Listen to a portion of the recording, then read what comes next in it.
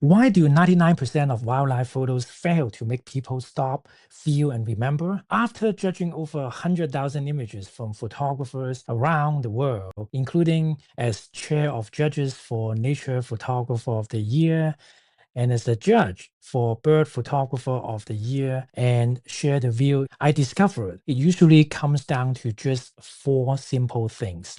So stick with me, and I'm going to show you what they are and how to fix them. And by the end of this video, you'll have crystal clarity on exactly what's been missing and how to finally create photos that truly connect, the kind that make people stop scrolling, feel something, and remember your image long after they've seen it. So why do 99% of photos fail? What you want to do is think of creating a powerful image, like building a chain. And there are four links that hold it together. And if even one of those links breaks, the entire chain collapses. You can have the best camera, the rarest animal encounter, or the perfect light. And if one link is weak, your photo won't connect. It won't move anyone. And here's the problem. Most photographers spend years polishing the wrong link while completely ignoring the ones that actually decide whether an image works or not. I'm going to show you what each link represents and how to apply them to your own photo. And to make it practical, I'm going to show you exactly how one of my encounters with some red foxes turned into a photograph that was displayed as a 5-foot print at the Smithsonian National Museum of Natural History in Washington, D.C. So when I first started, what I would do is I would spend all my money to buy the best camera and lenses. And if I couldn't afford it, I would just rent. This is what I call the old method. It's very passive. What I mean by that is you see an animal and you bring up the cameras and then you shoot and then you come back with 50,000 photos and you try a few photos that you think they are good and then you follow some of the YouTube tutorials, not this one. So you spend some money to buy some Photoshop classes and you follow those steps and then you submit the photos and you share the photos and you hear crickets. I spent over 10 years doing this. So this new method involves these four links. There is always three levels for the mastery, at least for photography, as what I believe in. The first level, which is really the lowest level, is tactics. So that is what it is. So tactics is what cameras to buy, what lenses is good, what zoom range is good, which trip is good, and the settings of the camera. Say, hey, how do I set up the zebra? How do I set up the auto ISO? How do I set up the eye tracking? And for birds, you have 2000 of a second. For animals, maybe you have 16 of a hundred of a second. So this is what tactics is about. I spent years when I first started photography reading all these photography magazines and reciting about the settings, but it really did me no good. And this is why I end up 10 years posting photos, sharing photos, and didn't do anything. So that is first level. And the second level is called strategy. So strategy is getting a little bit smarter. So instead of just going out every time, right, you look, for example, like the best season or the best place where you have the most animal sightings, right? Okay, this is how I handle low light photography. This is how I handle pan blur. This is how I handle, how I get a better background. How do I get a better light angle and all this stuff. So what is level three? Level three is really that first link in the chain. So I just came back from the Remembering Wildlife events in London. And one of the days after the event, I went into Westminster Abbey.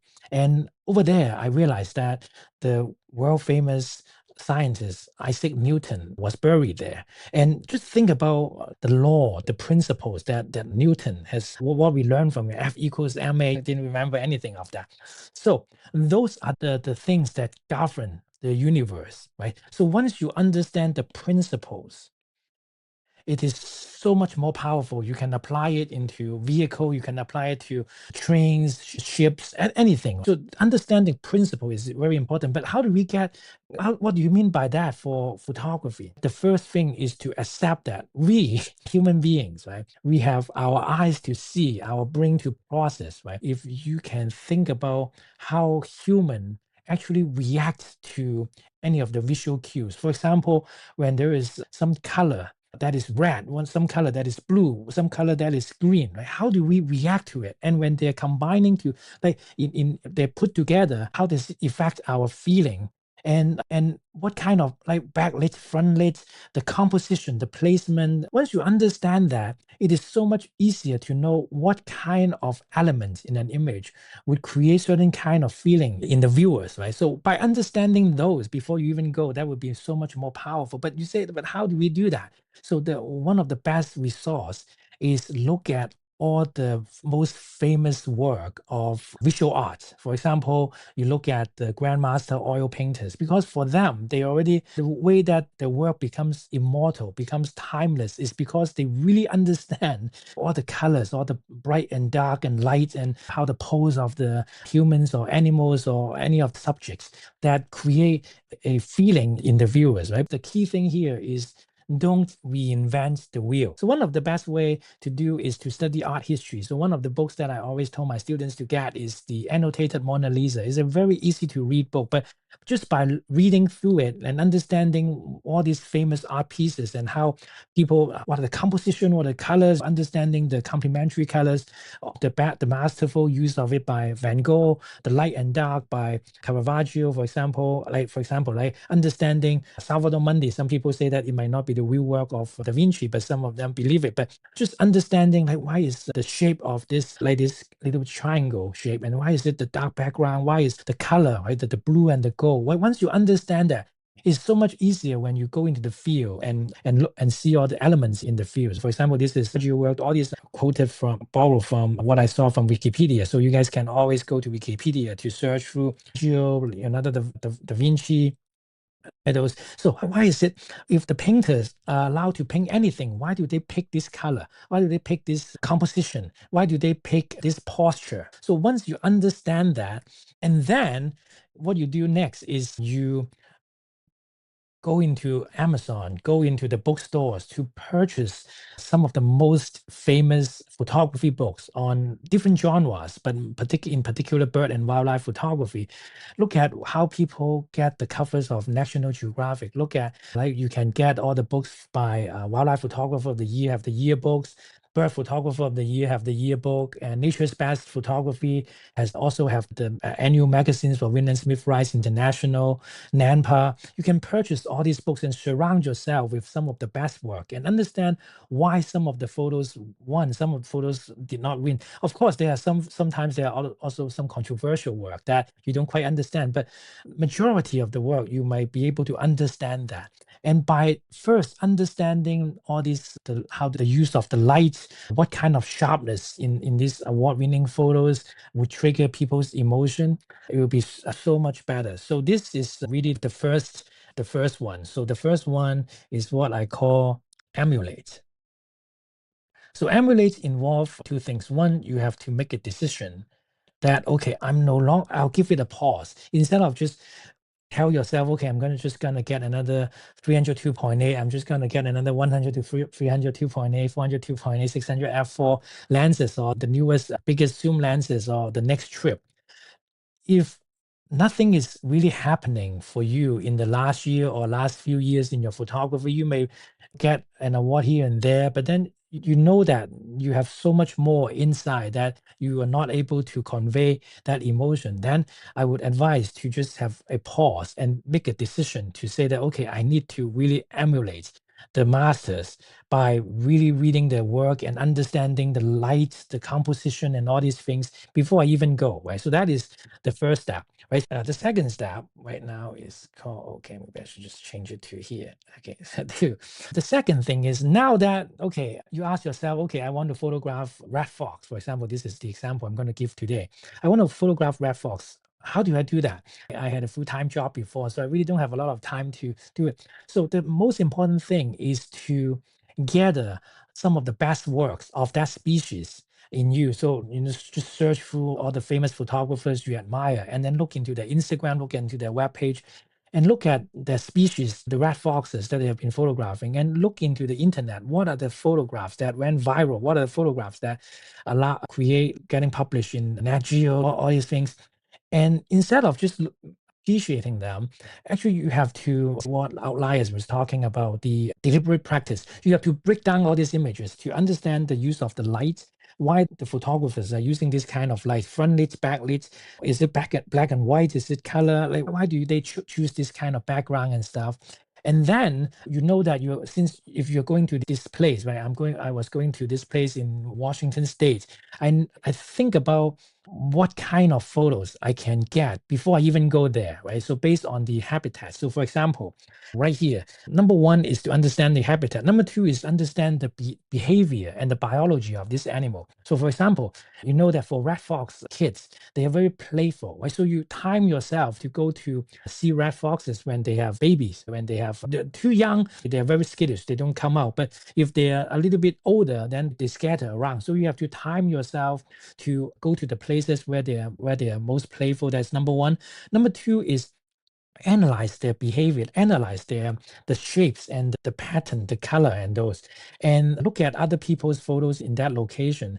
And instead of just focusing on the moments, focus on all the surroundings. So for example, in this photograph, you can see that, okay, they seems to be playful, and then you see that there are some photos that these babies love to raise their head and then touch on the snout of the parents. So that is when I decided, okay, for the second step, which is what I call the pre-visualization. I really like the behavior of this. So I pre-visualize myself of getting a photo like that, right? But then I would go back into this chain and then go back into the first one and to understand what are the elements, what kind of emotion I want to convey in the viewers before I even go. Right. So that would be so much more powerful instead of just going. So first, so I decided, okay, I really want a photo for this time. I want a backlit photo because I feel that backlit can convey more emotion, and I want to choose a background that is more special, right? Instead of getting this like orangey, brownish, or greenish background, I want something different. So I make sure that I do that. And then when in this kind of behavior that has, so this photo is completely unusable because of all these, what I call the broccoli, the branches. And yeah, if you are interested, make sure to watch my BCS video where I talk about broccoli, sirens, and chops. So there are a lot of those distractions. It's impossible to convey emotion if you have any of those, this kind of background. This is just impossible. Any of those is just, this is very confusing. So it's not impossible. So I needed to find an angle that really separates the animals away from the background, so or the foreground, to create an image that can be epic, right? So that is the thing that is in my mind. So that is the pre-visualization. So that is that. So after that, so what about the third one? So what about the third? This is the third one. So how many of you have been to the wilderness? And it's never really as what you expected, right? When you go, sometimes the sightings are not there. Sometimes the habitat changes and stuff like that. For example, when I went there, what happened was, just make sure that I'm still recording. Oh, this is a very low resolution image. So maybe I can, that, okay. You guys can see it, right? So there's just so much tall grass, right? So instead of just put your tripod or get in a lower angle, it's impossible because even if you are at low angle, the fox kids are so small, you're not gonna photograph them. So instead of doing that, just be brutally honest with yourself and move around and look for places where maybe there are patches of grass that are shorter and stuff like that. Because the thing is, in reality, is that there are just so many of these crisp branches, dry tall grass and stuff, and people's attention is going to be all drawn to these places, and it will become a very mediocre photo, the same as 99% of the photographers. So in order to change it, you have to be super aware of that. So like, even and when light is, when there's frontlights, right? The frontlights cause all these shadows to cast on the foxes because they are on the ground. So instead of like birds, right? If you shoot with the light behind you, it's not going to cast a shadow because they're in the sky, right? But for land animal, all these shadows is going to be super distracting, right? So this is a no-go. So that is why number 3 is super important. And that number 3 is called improvise.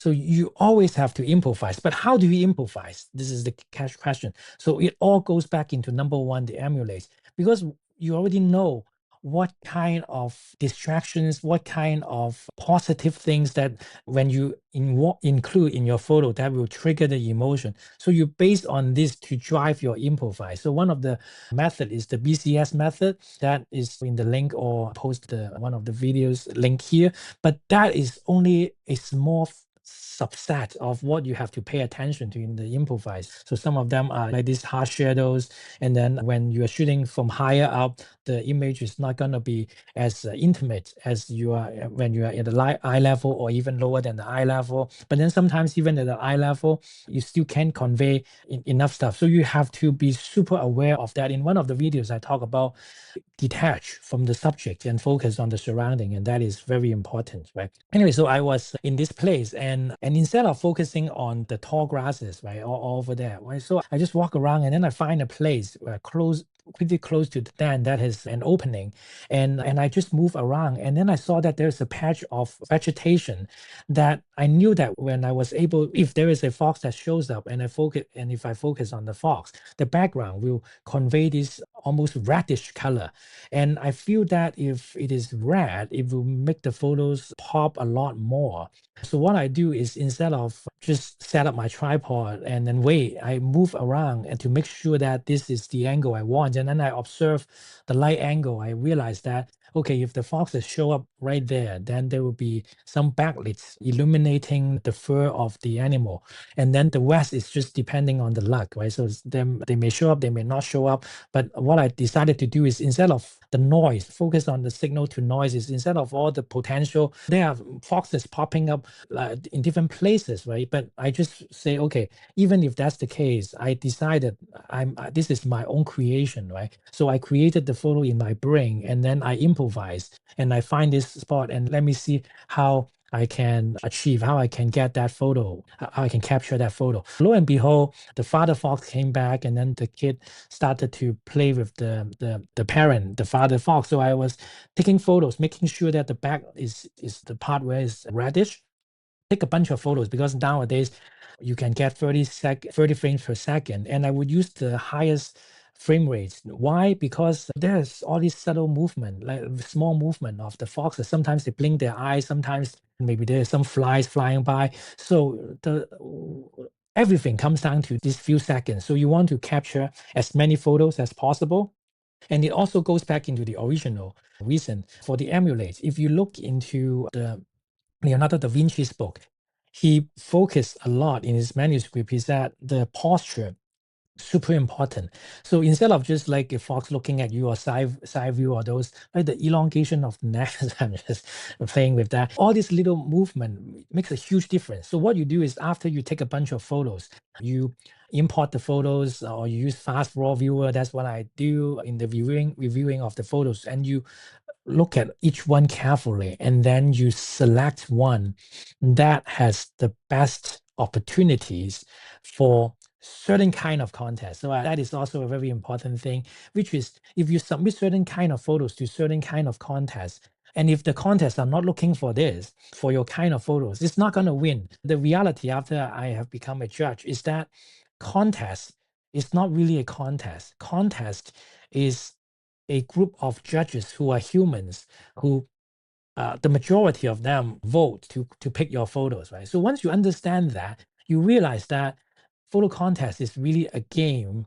And I shouldn't say that. Is that it is a platform for us to express our art. And if we understand what they're looking for, and then we submit the photos there, and with the photo is taken, number one, it gives a lot of credit to your art, right? But the second thing is, it also helps to let more people to see your work. So this is also this is super important to really understand what they're looking for. So I understand that, for example, for Nature's Best, Win and Smith Rice, they love the simplicity is the ultimate sophistication.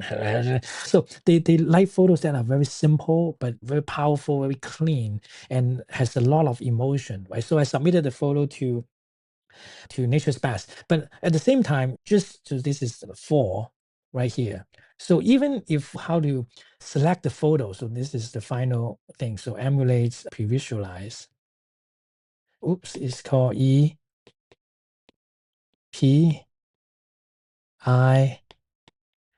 See. So that's the Epic framework right here. It's just for fun. So curate not only is about choosing the photo that has the best moment, best composition, but also to know how to post-process the photo. Some people will say, oh, I only take a JPEG, but for a photo that is raw, you can recover a lot more details in the images because of the high dynamic range. And then the camera always assume that you like certain things and then they compress the photo into a certain way. And a lot of time it might not even be the same as what in the field. So why let the camera decide what you want, but instead of capturing everything and then you try to unleash all the potential of that photo from which is the same as the field, right? So that is why understanding how to process, how to post-process the photo is also super important. So anyway, long story short, so this is how I envision the photo, and then I pick this photo right here for the submission of the Nature's Best. And so this is what I call that reddish orange, really bring people the hope. And then I also choose certain part that is a little bit of the blue, so the cold tone goes down into the red tone, so that this right here is what, and then also this leading lines is very intentional to bring people's eyes into this. So let me just make sure that I just get this one. So as you can see, so this is separated, and there's out of the 30 photos that I took, where there's only really this one that the angle of the father and the cub and everything is just really what I like. So what happened when you have all the EPIC, the Epic framework together? So that photo got the category win and the photo was displayed in the Smithsonian Museum of Natural History in Washington, D.C. And right here is the gallery, and the photo was right here. And what is great about that is not only is that it won an award, but there's so many visitors seeing your photo and standing behind, seeing how your photos are making a difference in their lives, right? There's some children looking at the photos, and I don't know about the impact, but at least I hope that is good, right? So that is why I want to share with you that instead of passively going into the new trip, buying new cameras, going back into this process, using the Epic framework would save years for myself. And also what happened afterwards is that many of my students, they are starting to win awards, and many of you already know because I kept on talking about it. But the crazy thing is that many of my students, what they do is they would say, hey, Tim, I'm going to a trip that I'm going to see this species for the first time. But now that I understand the Epic framework, I'm going to apply it into this first trip that I go. And lo and behold, they won big awards in their first trip. Like for Tori, she went for her first wild dog trips, and she applied. She understands the importance of all these things, and her photo got selected as one of the 20 spots in Remembering Wildlife 10th year anniversary. And one of my students, Stefan, he got African Geographic Silver Prize and Bird Photographer of the Year, first prize for bird category. This kind of examples is not really to show how good I am, but really show that there is a system. There's a system that can save you years of time. And for me, I wasted the first 10 years just following everybody's track and going into this, going into that, and being very passive and taking hundreds of thousands of photos. But once I started, okay, today is the day. Today is the day I make a change and to apply this, and everything changes. So I hope that this is helpful for you, and make sure that you guys can also submit some photos to me. And I have a link in the link below where you sign up for my email list. And then from time to time, I'll have a few spots where you can submit the photos and I'll review it. But then in the meantime, definitely check out this video right here, where I also share some of the mistakes that people who submitted the photos in, and then I share with you so that those would help